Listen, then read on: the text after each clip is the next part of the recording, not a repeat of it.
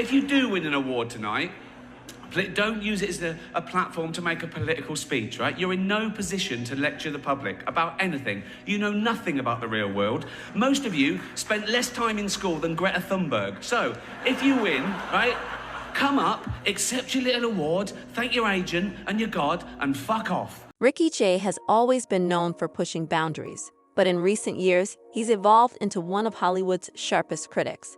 He's taken aim at the industry's fixation on virtue signaling, from self-congratulatory award shows to preachy interviews. Ricky's mission: to expose the hypocrisy of celebrities who deliver moral lectures while living in privileged bubbles.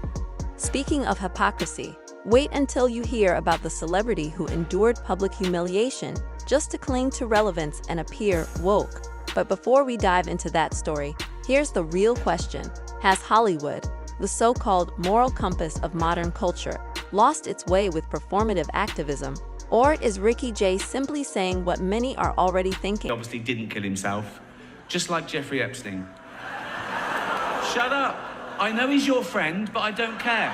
Let's rewind to the 2020 Golden Globes, a night that became unforgettable for one reason. Ricky Gervais spoke the truth everyone had been silently thinking. Celebrities had become far too predictable, using their acceptance speeches as platforms to lecture on issues like climate change, diversity, and equality, all while sipping on pricey champagne. But when Gervais took the stage, the atmosphere shifted. He wasn't there to please anyone. He went straight for the jugular, ripping into the crowd and exposing their hypocrisy with biting, unapologetic humor. It was a big year for paedophile movies. Surviving R. Kelly, Leaving Neverland, Two Popes. Shut up. Shut up. I don't care. Ricky's takedown of Hollywood wasn't just about highlighting how out of touch celebrities are with everyday people. It was a bold statement. Stop using your fame to act superior. The audience's reactions alone were priceless. After the Golden Globes, Twitter exploded with divided opinions. Some hailed Ricky as a hero for speaking the hard truth, while others accused him of crossing the line. But here's the twist. Instead of apologizing, Ricky doubled down. He took to Twitter, engaging both fans and critics, and made one thing crystal clear. He wasn't sorry for calling out celebrities on their double standards. My first reaction is, I don't care. Like, that doesn't mean anything. You're telling me how you feel. What I want to say why. And I'll explain to them. I'm willing to explain to them why the joke isn't offensive. I'm not one of the people that think, I'm going to say what I want, I'm going to be as offensive. Ricky wasn't targeting wokeness itself. His focus was on the self-righteousness and hypocrisy of those who preach social responsibility while basking in wealth and privilege. Let's face it, there's something jarring about a celebrity with a private jet lecturing the public on climate change. Ricky saw right through this contradiction and didn't hesitate to call it out. Take Apple, for instance, which entered the TV world with Asterisk, the morning show Asterisk, a drama about integrity, produced by a company infamous for running sweatshops in China. Ricky highlighted the irony of Hollywood's biggest stars working for corporations that often violate the very principles they claim to champion.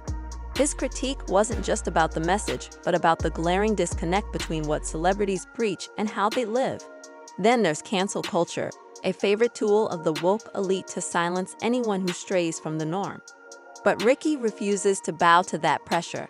Instead of playing it safe, he challenges these boundaries in interviews and on social media, making it clear that cancel culture is just another way to control free speech. You know, it's... offence is about feelings, and feelings are personal. Some people are offended by equality. So what? You know, so you can't second-guess people. If you try and please everyone, you'll please no one. With comedy as well, I think you've got to deal with taboos and contentious issues, and sometimes you deal in irony, and some people don't get that. But, you know, you can't legislate against stupidity, otherwise you'll be doing nothing, you know, because I'm not doing it for the 200 egos in the room. I'm doing it for the 200 million people watching around who aren't winning awards, who aren't millionaires. And freedom of speech is so important these days. We've reached the age now where... By staying true to his beliefs, Ricky has become a countercultural icon in an industry where celebrities often say what they think people want to hear. He speaks his mind unapologetically, no matter who might be offended. For Ricky, comedy and truth are inseparable. Yet, in a world where political correctness often outweighs honesty, his unfiltered approach has sparked plenty of backlash. Critics argue that comedy should evolve to reflect the sensitivities of the moment. But Ricky remains steadfast in his commitment to speaking freely. Don't change the facts, change the feelings. Yeah. You know. And also, then they try and do this thing. Oh, you should never punch down. You should punch up. Well, who's to say what's up and down is? Yeah, it's a subjective. So you're deciding who's down and who's up. No. Ricky believes comedy is a reflection of truth, refusing to censor jokes for the sake of comfort. As he famously said, asterisk being offended doesn't automatically make you right. Asterisk, but what impact has Ricky's relentless criticism had on Hollywood? Has anyone genuinely listened, or have his words only fueled the industry's virtue signaling? Despite the awkward laughter and stunned reactions at the Golden Globes, Hollywood hasn't slowed its woke agenda. If anything, the theatrics have only intensified. Take, for instance, a certain celebrity who seems to have fully embraced the spectacle of woke Hollywood. You probably haven't seen him much recently, but just a few months ago, he was everywhere, making headlines for one of the most cringe-worthy moments at the Oscars. Yes, we're talking about John Cena, who walked on stage wearing nothing but his birthday suit and carrying an envelope. So, what's the real story? Was Cena pressured into this bizarre stunt to earn some woke points, or was it part of a calculated plan? Now Cena is stepping forward to set the record straight. To do that. It was funny. Jimmy Kimmel called me personally. He's like, I need you to come to the Oscars. I'm like, Jimmy, I'm in between stuff. Like, I need some time to recharge. And he's like, just let me send you the bit. And he sent it on paper, and I called him back. I'm like, when do you need me there?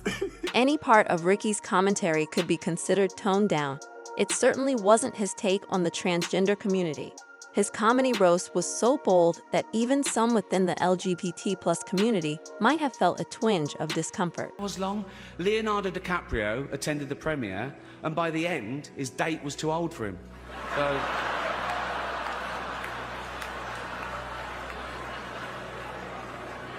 Even Prince Andrew's like, come on, Leo, mate, you know.